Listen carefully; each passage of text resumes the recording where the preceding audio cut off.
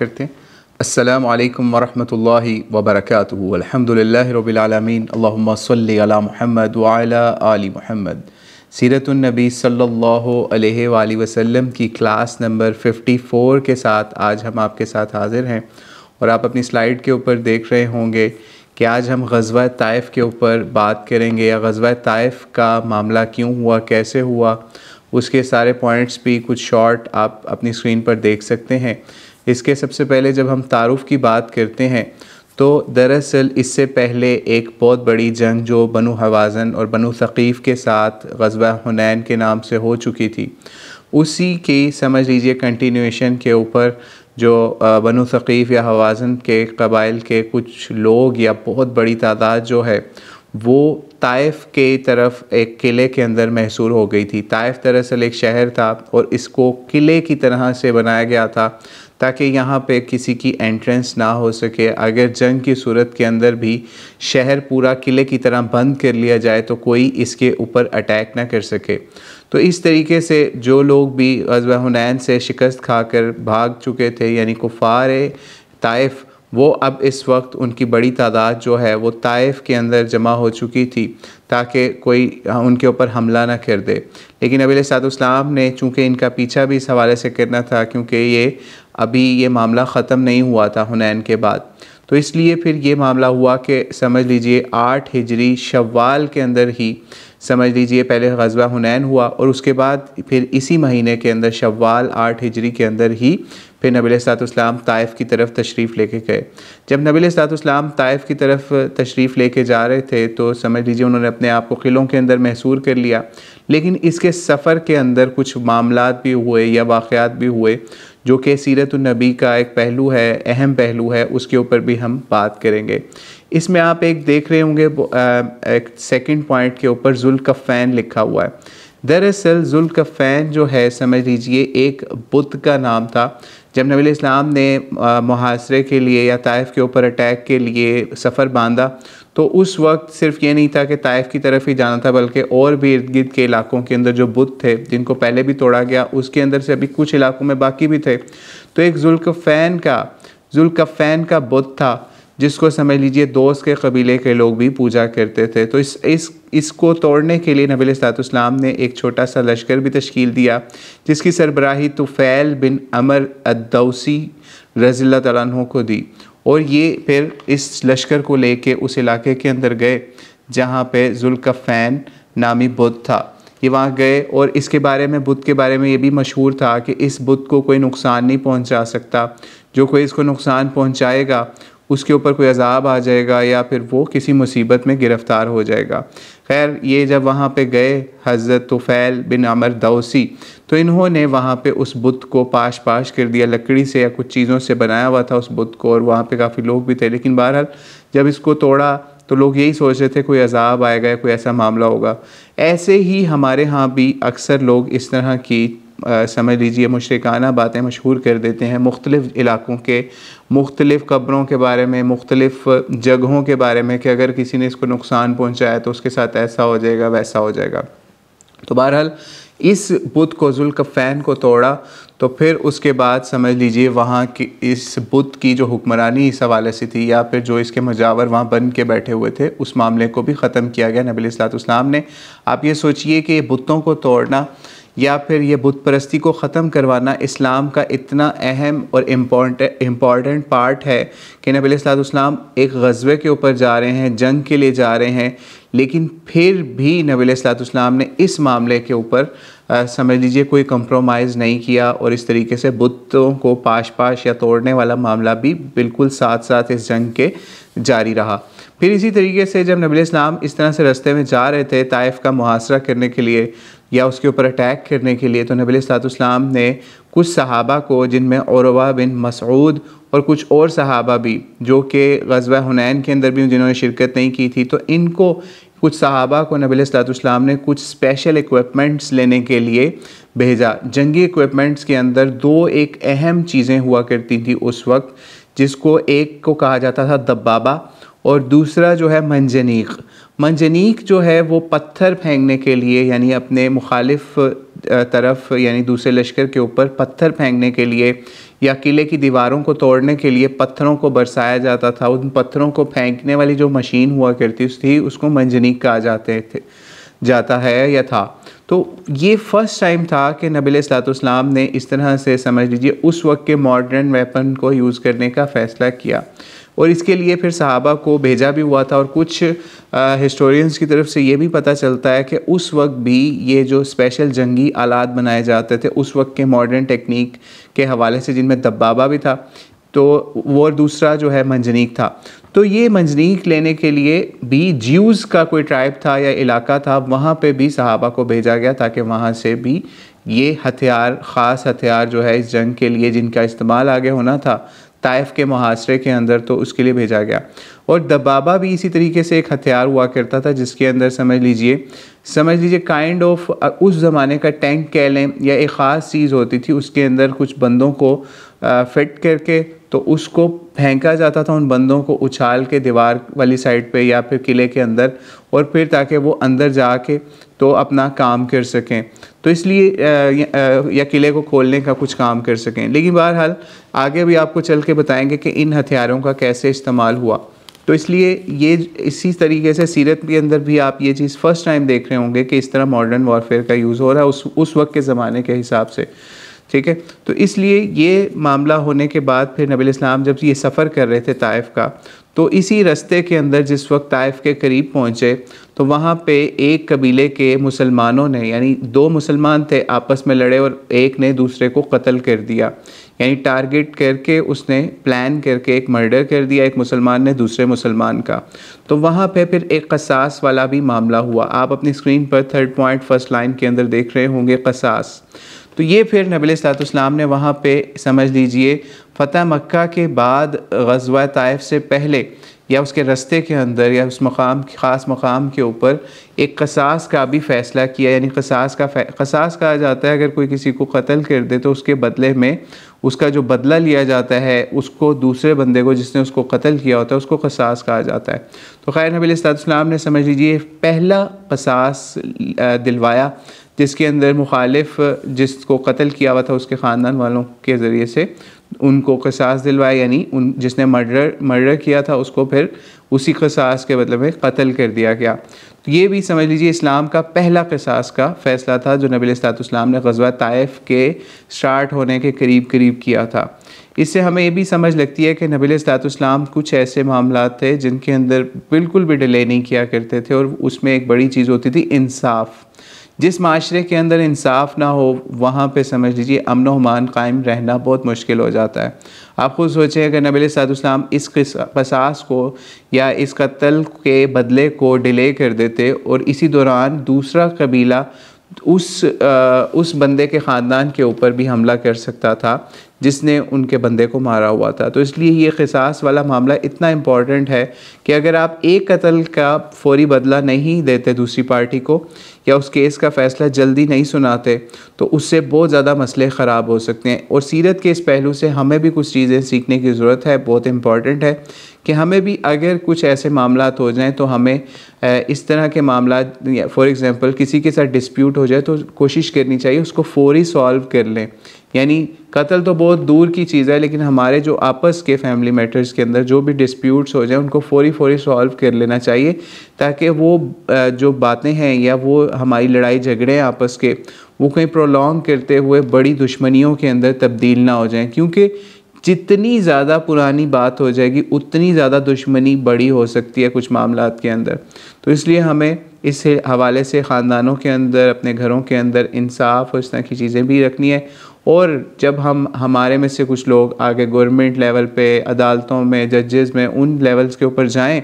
तो उनको भी इस हवाले से बहुत एहतियात करते हुए फ़ैसले करने हैं ताकि माशरे के अंदर कोई डिसबैलेंस ना हो और कोई किसी का नुकसान बड़ा ना कर दे। फिर इसी तरीके से ग़ज़वा ताइफ के सफ़र के दौरान जब नबी अलैहिस्सलाम ताइफ के करीब पहुँचे तो वहाँ पे एक मामला और भी था कि वहाँ पे एक शख्स की कब्र बताई जाती है। आप 2nd लाइन में ब्लैक कलर से लिखा हुआ देख रहे होंगे अबी रगाल।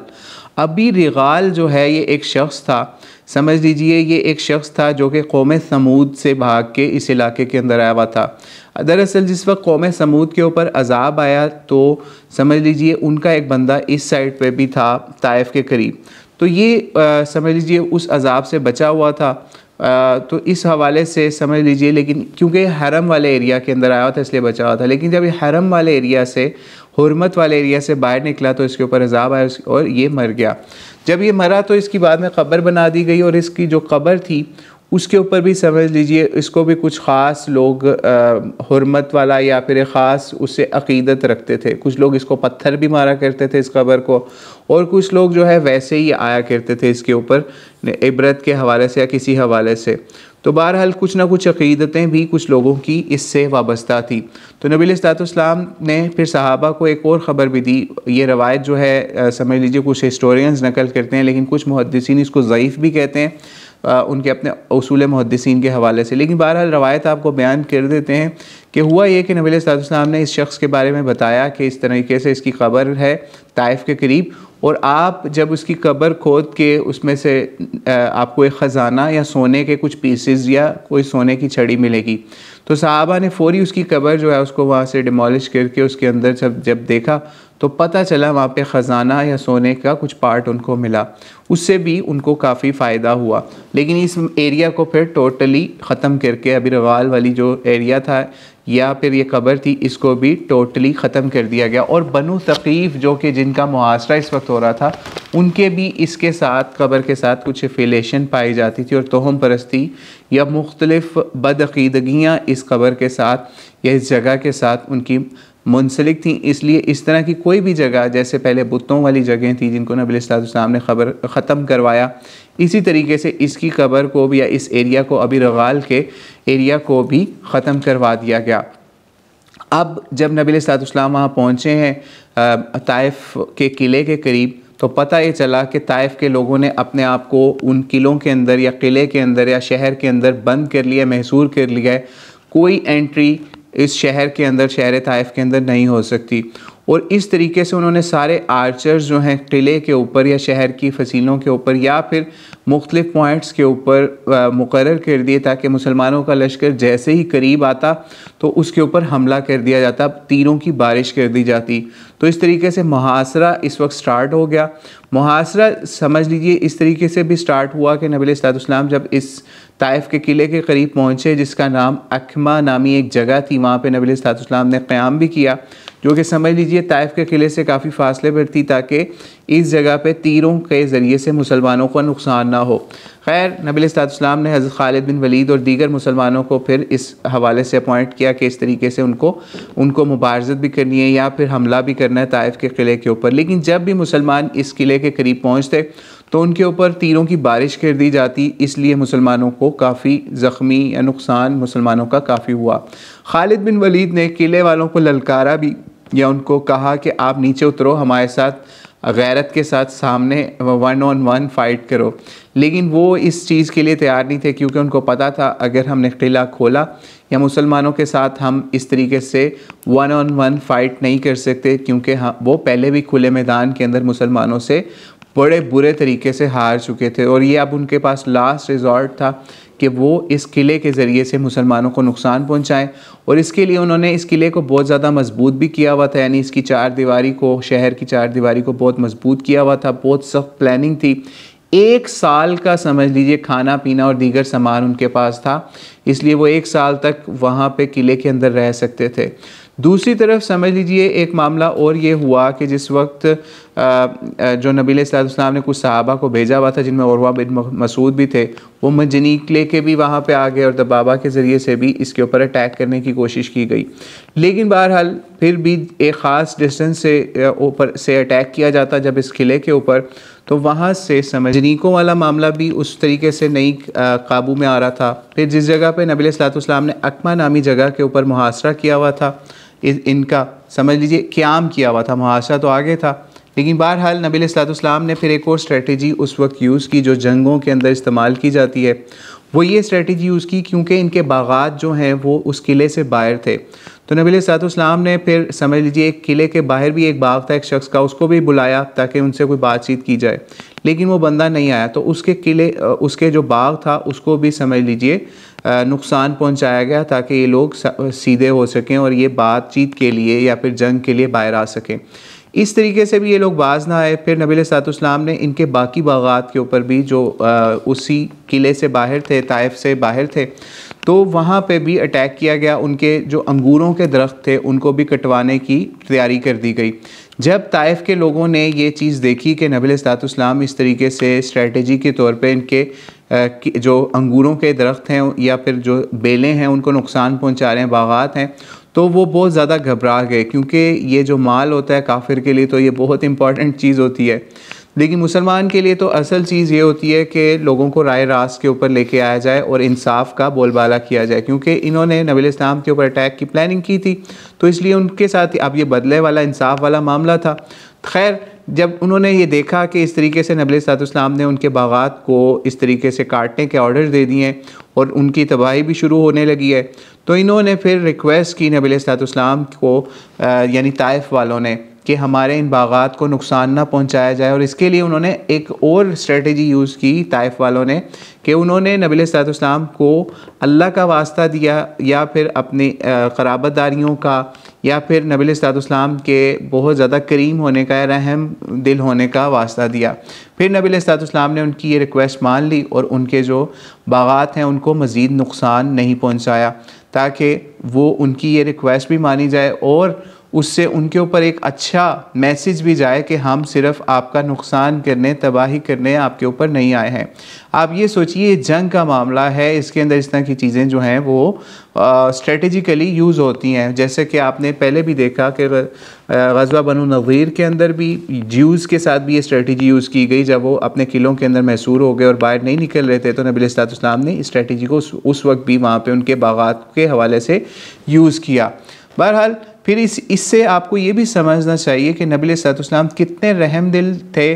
कि इस हवाले से उनकी रिक्वेस्ट भी नबी अलैहिस्सलाम ने कबूल की। और साथ साथ ये वही लोग हैं जिन्होंने जिस वक्त नबी अलैहिस्सलाम के चचा अबू तालिब की वफ़ात होती है, उसके बाद नबी अलैहिस्सलाम मक्के से निकल के जब ताइफ के लोगों को दावत इस्लाम देने जाते हैं, तो इन्हीं ताइफ के लोगों ने नबी अलैहिस्सलाम को कितना जुल्म व सितम का निशाना बनाया और आपके ऊपर कितने मज़ालिम ढाए, जो कि हम सीरतुन नबी सल्लल्लाहु अलैहि वसल्लम की शुरू की इक़्साद के अंदर बयान कर चुके। जो लोग उस एक किस्त को नहीं देख सके तो वो ज़रूर देख सकते हैं, वो रिकॉर्डेड हमारे वहाँ पे पड़ी यूट्यूब के ऊपर। तो खैर, नबी अलैहिस्सलाम उन लोगों के साथ कितने रहम वाला मामला कर रहे हैं। नहीं तो आप थोड़ी देर के लिए सोचें कि नबी अलैहिस्सलाम अगर चाहते तो अपने उन सब चीज़ों का बदला ले सकते थे इन्हीं बनु सक़ीफ़ वालों से, बनु हवाज़िन वालों से, जो वो नबी अलैहिस्सलाम को पर्सनली नुकसान पहुँचा चुके थे ग़ज़वा ताइफ से बहुत अरसा पहले, ताइफ की दावत के दौरान भी और उसके साथ साथ। यानी उस ताइफ की दावत के अंदर क्या नबी अलैहिस्सलाम ने सिर्फ उनको दीन इस्लाम की दावत दी और उसके बदले में नबी अलैहिस्सलाम ने उनको किस तरीके से खून में नहला दिया था। तो बहरहाल, ये सब चीज़ें देख के भी हमें भी इससे सीरत के इस पहलू से समझना है, आज सीखना है कि किस तरीके से नबी अलैहिस्सलाम रहीम थे, शफ़ीक थे, करीम थे। और आज हमें भी अपने जो भी क़राबतदार हैं, मुसलमान बहन भाई हैं ख़ास तौर पे, और इवन वो लोग जो कुफ़ार के मुल्कों के अंदर भी कुछ काम से गए हुए हैं, वहाँ पे भी वो उन कुफ़ार के साथ अच्छा सलूक करें, ताकि उनको भी वो मैसेज जाए जो जिस तरीके से नबी अलैहिस्सलाम ने ग़ज़वा ताइफ के मौके के ऊपर भी उनको दिया कि उनकी रिक्वेस्टें मानी और उनको नुकसान नहीं पहुँचाए, इस हवाले से कि उनके मालों को जलाया जाए या उनके बागात को ख़त्म किया जाए। तो ये तो कुफ़ार के साथ मामला नबी अलैहिस्सलाम कर रहे हैं, तो हमें अपने मुसलमान भाइयों के साथ भी इसी तरीके से बहुत अच्छे तरीके से पेश आना है। उनके साथ कोई लड़ाई झगड़ा कोई मामला हो जाए तो उसके अंदर भी हमने इस तरह के मामलात के ऊपर नहीं जाना कि जिसकी वजह से हमारी उनसे पक्की दुश्मनी पड़ जाए या हम उनसे मिलने के ही काबिल ना रहें। ठीक है, अपने दोस्तों के साथ भी और अपने क्लास फेलोज़ के साथ भी, अपनी फैमिलीज़ के साथ भी। तो ये चीज़ आपको हर स्टेप से नबी अलैहिस्सलाम की सीरत से कुछ ना कुछ सीखने को मिलेगा। और यही मामला है इस क्लास का भी कि हमने इससे लर्न करना है, सीखना है, समझना है कि how to implement Sira in hour on life, यानी हमने अपनी लाइफ के अंदर सीरतुन नबी सल्लल्लाहु अलैहि वसल्लम से सीख कर क्या चीज़ें इम्प्लीमेंट करनी है। बहरहाल ये मुहासरा काफ़ी लंबा हो गया। कुछ रवायात के मुताबिक ये मुहासरा 40 दिन तक जारी रहा, कुछ के मुताबिक 15, 17 और 20 दिन तक, मुख्तलिफ रवायात मिलती हैं, लेकिन बहरहाल ये समझ लीजिए 20 डेज़ के करीब ये मुहासरा अक्सर रवायात के मुताबिक चला जाता है। इसी दौरान नबी अलैहिस्सलाम एक और स्ट्रेटजी भी यूज़ करते हैं, जंगी स्ट्रेटजी, कि नबी अलैहिस्सलाम सहाबा के ज़रिए से ऐलान करवाते हैं कि किले के अंदर से जो लोग भी निकल आएंगे, ख़ास तौर पे उनके अंदर अगर कोई ग़ुलाम भी हैं, वो अगर मुसलमान होके या फिर वैसे हमारे साथ मुलाकात करें या मिल निकल आएंगे, हमारे साथ मुसलमानों के साथ मिल जाएंगे, तो उनको भी माफ़ कर दिया जाएगा। जो भी लोग किले के अंदर महसूर हैं वो अगर निकल के मुसलमानों से मिल जाएंगे तो उनको माफ़ कर दिया जाएगा। यानी एक आम माफ़ी का ऐलान भी इस तरीके से किया जा रहा है, लेकिन वो इसके ऊपर भी बाज ना आए, उन्होंने अपने किले का मुहासरे से समझ लीजिए किले बंदी से बाज ना आए। लेकिन इधर एक मामला ये हुआ कि नबी अलैहिस्सलाम ने जब ये ऐलान किया तो कुछ ग़ुलाम जो हैं, जिनकी तादाद कुछ रवायात के मुताबिक 12-13 बताई जाती है, कुछ के मुताबिक इससे भी ज़्यादा, तो उन्होंने बाहर निकल के तरीके से मुख्तलिफ़ जगहों से निकलने की कोशिशें की किले से, और वो मुसलमानों के साथ आके मिल के उन्होंने इस्लाम कबूल किया। इसके अंदर एक बहुत मारूफ सहाबी अबू बकरा रज़ियल्लाहु तआला अन्हु भी शामिल थे। ये भी एक ग़ुलाम थे, ठीक है, ग़ुलाम थे, लेकिन इनका असली नाम जो है ना वो अबू बकरा नहीं था। असल इस हवाले से स्टोरी ये बनती है, इनका असल नाम था नफ़ीह बिन मसरूह। ये नफ़ीह बिन मसरूह जो हैं, ये अबू बकरा कैसे बने, ये बड़ी इंपॉर्टेंट स्टोरी है इस हवाले से, कि जिस वक्त ये किले से निकले हैं तो निकलने के लिए क्योंकि दरवाज़ा तो यूज़ नहीं कर सकते थे, तो ये समझ लीजिए अपने आप को रस्सी से बांध के या किसी ख़ास चीज़ के अंदर अपने आप को लपेट के रस्सी से टाई अप करके, तो एक जिस तरीके से एक समझ लीजिए कुएं से पानी निकालने के लिए चरखी यूज़ होती है ना, उसी तरीके से अपने आप को बांध के रस्सी से किले से ये एक ख़ास तरीके से निकले, या फिर उस शहर से निकले रस्सी के ज़रिए से, दीवार से ऊपर से आके नीचे समझ लीजिए रस्सी के ज़रिए से ड्रॉप डाउन हुए। तो इनको उसी निस्बत से उस रस्सी को इस तरह से चरखी के ऊपर बांधने या बंदे के ऊपर बांधने को बकरा कहा जाता था अरब दुनिया के अंदर। तो इसी निस्बत से इनको नबी अलैहिस्सलाम ने या लोगों ने बकरा कहा या अबू बकरा कहा इस हवाले से। तो फिर इनका असली नाम जो है नफ़ीह बिन मसरूह की बजाय अबू बकरा ही मशहूर हो गया।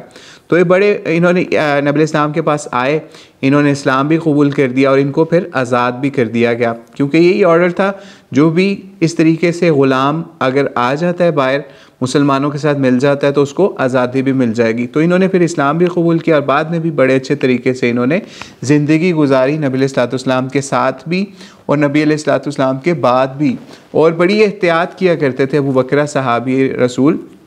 इस हवाले से भी कि मुसलमानों के कोई भी मामलात हुआ करते थे जब जिसके अंदर कोई आपस में मुसलमान लड़ रहे हैं, झगड़ रहे हैं, तो उससे बिल्कुल अलहदा रहा करते थे। इवन ये ही वो सहाबी हैं, इनसे समझ लीजिए 100+ अहादीस नबवी सल्लल्लाहु अलैहि वसल्लम भी रवायात होती हैं। बहुत सारी अहादीस इनसे रवायात हैं, बल्कि यही वो सहाबी हैं जिनसे हमें वो वाली हदीस भी मिलती है जो सही बुखारी के अंदर भी मिल जाती है कि जिस वक्त एक मरतबा एक कौम ने, यानी फ़ारस की साइड पे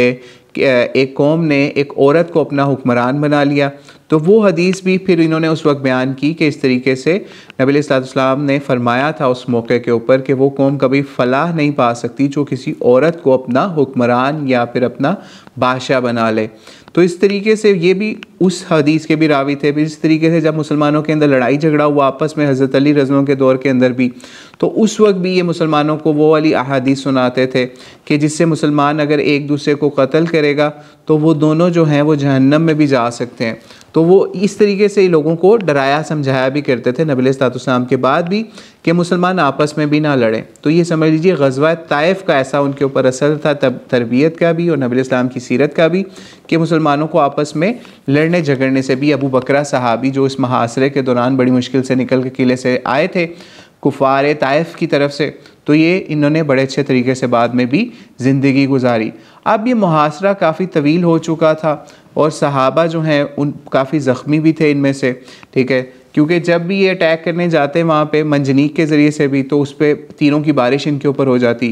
तो सेफ़ डिस्टेंस नहीं बन रहा था कि मंजनीक से भी अटैक किया जाए। फिर इसी तरीके से दबाबा, जिसका आपको बताया कि उस एक ख़ास कंपार्टमेंट में लकड़ी के कंपार्टमेंट में बैठ के तो किले तक जाया जाता था या किले की दीवार क्रॉस की जाती थी। तो वो भी करने की जब कोशिश करते सहाबा उस ख़ास एक हथियार के ज़रिए से सहाबा मिलके,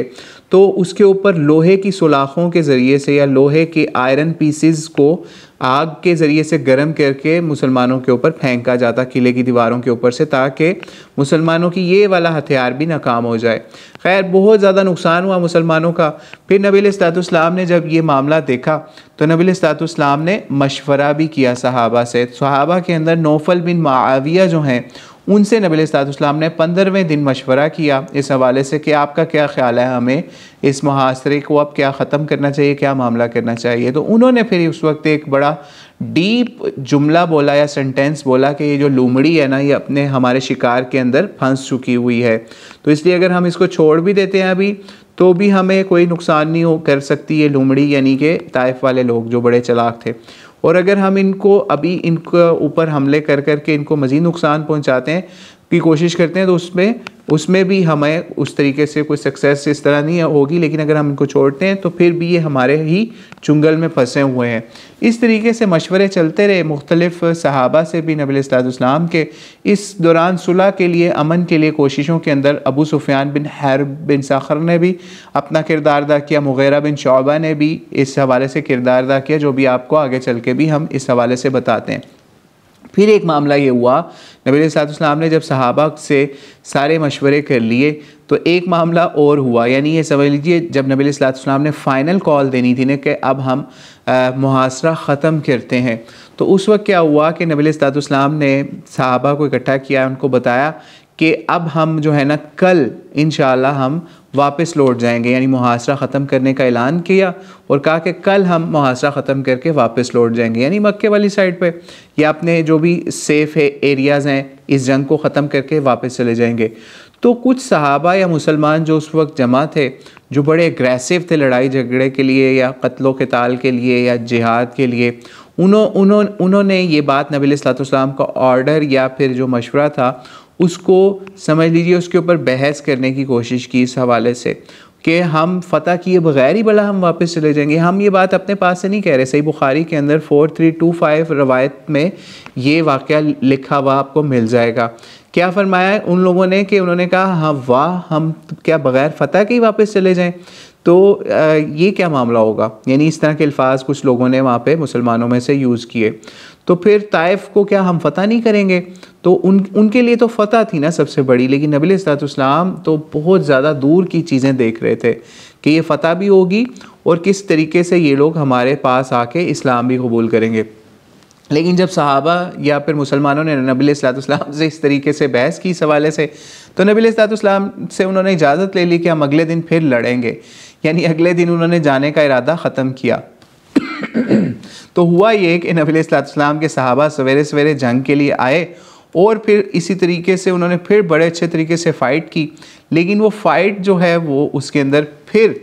फिर वो कामयाब नहीं हो सके और बहुत से सहाबा मज़ीद ज़ख्मी हो गए और वो ज़ख्मियों से चूर होकर नबी अलैहिस्सलाम के पास आए कि इस तरीके से ये मामला हो गया। नबी अलैहिस्सलाम ने फिर सहाबा को की हालत देखी और फिर फरमाया कि इंशाअल्लाह हम कल वापस चलेंगे, यानी वही बात जो नबी अलैहिस्सलाम एक दिन पहले बता रहे थे उस नुकसान से पहले। तो फिर उन सहाबा को कहा कि इंशाअल्लाह अब हम कल वापस चलेंगे। तो जब सहाबा ने इस वही बात जो पहले बताई थी उसको आप बहुत ज़्यादा पसंद किया कि वाकई हमें वापस चलना चाहिए अब मुहासरे से, क्योंकि नतीजा नहीं निकल रहा, महीने के करीब होने वाला या इस वक्त 15-20 दिन के करीब हो रहा था मामला, जो सही बुखारी के अंदर 4325 के अंदर आता है। तो फिर नबी अलैहिस्सलाम ने जब देखा ना कि सहाबा अपना नुकसान या ज़ख्मी हो के अब नबी अलैहिस्सलाम की बात सुन रहे हैं, समझ रहे हैं, तो नबी अलैहिस्सलाम फिर मुस्कुराए इस मामले के ऊपर। यानी मकसद ये था कि अगर वो नबी अलैहिस्सलाम इस मामले को जब उन्होंने ऑर्डर किया या नबी अलैहिस्सलाम ने सजेस्ट किया उनको या फिर मशवरा किया कि अब हम कल इस मुहासरे को ख़त्म कर देंगे, लेकिन अगर उन्होंने ये बात उसी दिन मान लेते, एक दिन पहले ही मान लेते, तो सहाबा मज़ीद ज़ख्मी ना होते, मुसलमान मज़ीद ज़ख्मी ना होते, उनका मज़ीद नुकसान ना होता। तो इसलिए नबी अलैहिस्सलाम इस मामले के ऊपर मुस्कुराए कि अब हमें वापस चलना है। फिर इसी तरीके से जब ये नबी सल्लल्लाहु अलैहि वसल्लम ने वापसी का इरादा फरमाया और दूसरी तरफ वफ़द जो है मुग़ीरा बिन शुअबा का, अबू सुफ़ियान का, इनकी रिश्तेदारियाँ भी थी बनु सक़ीफ़ के साथ, इस वजह से फिर इन्होंने उनके साथ मिल के कुछ समझ लीजिए सुलह के हवाले से बात की। फिर नबी सल्लल्लाहु अलैहि वसल्लम समझ लीजिए यहाँ से फिर रुख़सत हुए, इसका मुहासरा जो है समझ लीजिए वो ख़त्म करके। फिर इसी तरीके से यहाँ पर एक मामला ये भी हुआ कि नबी सल्लल्लाहु अलैहि वसल्लम को समझ लीजिए सहाबा इसके साथ ये सब चीज़ें डिस्कस करके हो रही हैं, मशवरे के साथ हो रही हैं। इससे भी हमें एक चीज़ समझ में आती है कि जब भी हमें कोई काम करना है तो उसमें हमें मशवरा करना है, और जो बंदा उस वक्त टॉप प्रायोरिटी के ऊपर बसीरत के हिसाब से हो, जैसे उस वक्त नबी सल्लल्लाहु अलैहि वसल्लम बसीरत के हवाले से, अल्लाह की वही के हवाले से सबसे टॉप के ऊपर थे, उनसे ऊपर अकल किसी की नहीं हो सकती थी। तो इसलिए हमें भी आज ये देखना है कि हमारे मामलात के अंदर अगर हम मशवरा लें तो उस हवाले से उस शख्स को प्रायोरिटी दें जो उस फील्ड का उस वक्त टॉप का बंदा होता है। ठीक है, तो सीरत के इस पहलू से भी हमें पता चला कि हमें इस हवाले से बड़ी एहतियात करनी है, मशवरा करते हुए भी, और उसमें हमें मशवरे के ऊपर अमल करते हुए भी फ़ायदा होता है अगर हम अच्छे मशवरा देने वाले शख्स की बात को सही तरीके से मान लें। और इस ग़ज़वा के अंदर समझ लीजिए तकरीबन 12 मुसलमान जो हैं वो शहीद हुए, जिसके अंदर 7 लोग कुरैश से थे, 4 लोग अंसार में से थे और एक बनी लैस के अंदर से शख्स शामिल था। इसके बाद नबी सल्लल्लाहु अलैहि वसल्लम यहाँ से समझ लीजिए फिर समझ लीजिए एक मकाम के ऊपर, जोराना के मकाम, जहाँ पे माल गनीमत ग़ज़वा हुनैन का भी इकट्ठा किया हुआ था और बाकी माल भी वहाँ इकट्ठा था, कैदी भी थे, सारा कुछ था। यहाँ से फिर नबी सल्लल्लाहु अलैहि वसल्लम वहाँ पर रुख़सत हो गए, क्योंकि इस वक्त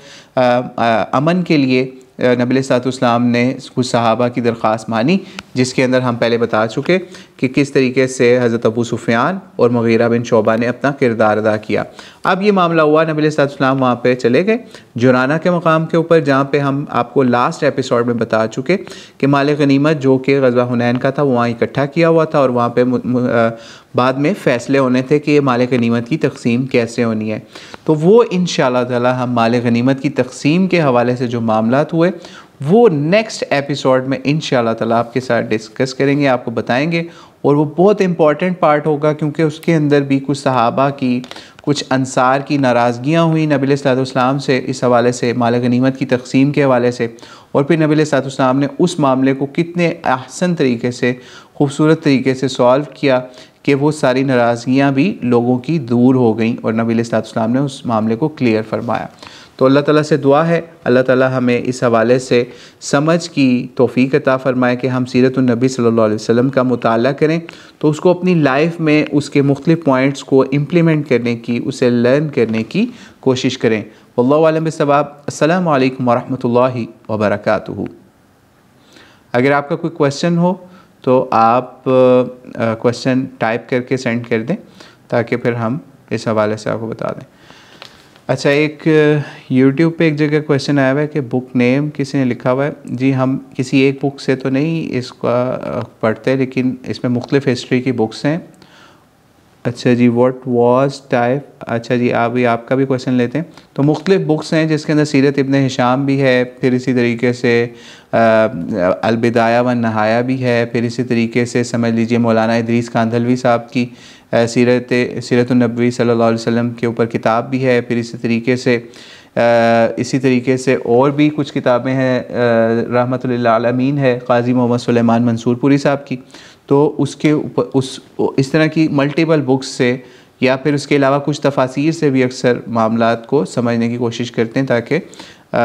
इस हवाले से सीरत के जो पहलू जहाँ भी मुहद्दिसीन ने या मुफस्सिरीन ने या मुअर्रिखीन ने या सीरत निगारों ने लिखे, उन सबको जमा करके तो हम उसको कंसाइज़ करके इस मामले के अंदर जमा कर लें।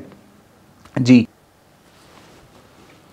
अच्छा, एक चीज़ और आपको यहाँ पे बताते चलें, आपका कोई क्वेश्चन तो नहीं? आई फॉरगॉट अबाउट किसास, व्हाट वाज किसास। जी, ये किसास के बारे में ये था कि किसास कहते हैं किसी कत्ल के बदले लेने को। तो नबी सल्लल्लाहु अलैहि वसल्लम ने फिर किसास का फ़ैसला एक फ़रमाया था। किसी मुसलमान ने दूसरे मुसलमान को ताइफ के करीब कत्ल कर दिया था,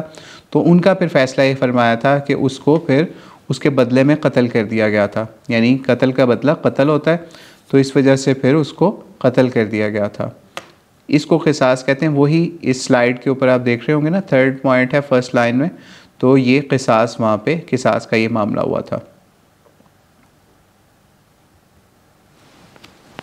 जी YouTube पे एक आया है मैसेज कि sir when will be next class. जी नेक्स्ट क्लास जो है वो कल संडे है। संडे को तो कोशिश यही होती है हमारी सैटरडे संडे क्लास हो। ये 2 दिन इसलिए रखे हुए हैं ताकि एक दिन क्लास हो जाती है। अगर वैसे दोनों दिन भी कई दफ़ा किसी वीक में हो जाती है, लेकिन सैटरडे या संडे इन दोनों में से एक दिन होती है क्लास। और रात को समझ लीजिए 8 to 9 टाइम रखा होता है एज़ पर अवेलेबिलिटी, जो हमें आसानी होती है उसमें फिर हम 8 से 9 बजे के दरमियान क्लास रखते हैं। लेकिन ये है कि YouTube के ऊपर अनाउंसमेंट इसकी कम होती है, क्योंकि हमारे एक समझ लीजिए कुछ हैं साथी, तो उनके लिए अलहदा होती है। लेकिन बहरहाल YouTube पे भी इसका इंशाल्लाह कोशिश करेंगे पहले से शेयर कर दें टाइम नेक्स्ट क्लास से पहले कि ये YouTube पे किस टाइम होगी। एक YouTube के ऊपर मैसेज आया हुआ है तो हम उसको रिप्लाई कर रहे हैं इस वक्त। और बाकी जो क्लासेस हैं वो सारी अपलोडेड हैं, और ये क्लास भी अभी तो लाइव जा रही है YouTube के ऊपर भी, तो ये भी वैसे एज इट इज़ ये वैसे ही अपलोड हो रही है साथ ही, लेकिन फिर इसको समझ लीजिए एडिट करके तो इसको दूसरी अच्छी क्वालिटी के अंदर इंशाल्लाह अपलोड करने की कोशिश की जाएगी। जी और कोई क्वेश्चन है? जी एक किसी ने क्वेश्चन लिखा है, अबी रिगाल वाज अ ट्राइब राइट। अबी रिगाल असल में एक शख्स का नाम है या फिर एक बंदे का नाम था, ठीक है। ये जिसका हमने बताया कि जिसकी कब्र जो है या जिसके एरिया को नबी अलैहि सल्लम ने डिस्ट्रॉय करवाया और उसकी कब्र के अंदर से कुछ ख़जाना या फिर सोना भी निकला। ट्राइब नहीं था ये, कौम समूद का आदमी था, यानी इसका ताल्लुक़ कौम समूद से था, लेकिन जब उनके ऊपर अज़ाब आया तो ये वहाँ पे नहीं था, तो ये बच गया हुआ था वहाँ से, तो इसकी कब्र को भी ख़त्म करवाया। तो इससे भी हमें समझने की ज़रूरत है कि कब्रें या इस तरह के मामला जो हैं ये अल्लाह ताला से डरने की जगह होती हैं, इस हवाले से कि कब्र पहली मंजिल होती है आखिरत की मंजिलों में से। तो इसलिए हमें कब्रों के हवाले से बड़ी एहतियात की ज़रूरत होती है। तो नबी अलैहि सल्लम भी इस एहतियात को अपने सहाबा को समझाया करते थे। इसी वजह से कुछ कब्रें, कुछ ऐसे एरियाज़ डिस्ट्रॉय करवाए जिनके साथ मुख्तलिफ़ अक़ीदतें लोगों की जुड़ गई हुई थी। तो अबी रिगाल भी उन्हीं कब्रों में से एक कब्र बताई जाती है। कि जिस वक्त ये जंगबंदी हुई ना, तो इसमें एक मामला और भी हुआ कि नबी अलैहिस्सलाम से कुछ सहाबा ने यह भी अर्ज़ किया कि अल्लाह के रसूल, आप कबीला बनु सक़ीफ़ जो हैं या ताइफ वाले हैं, इनके लिए बद्दुआ की या हलाकत करें की दुआ करें। यानी वही मामला जैसे पहले नबी अलैहिस्सलाम से भी ये रिक्वेस्ट की गई कि आप हमें समझ लीजिए जब ताइफ में दावत देने गए थे तो तब भी नबी अलैहिस्सलाम ने दुआ ही की थी, उनके लिए बद्दुआ नहीं की थी।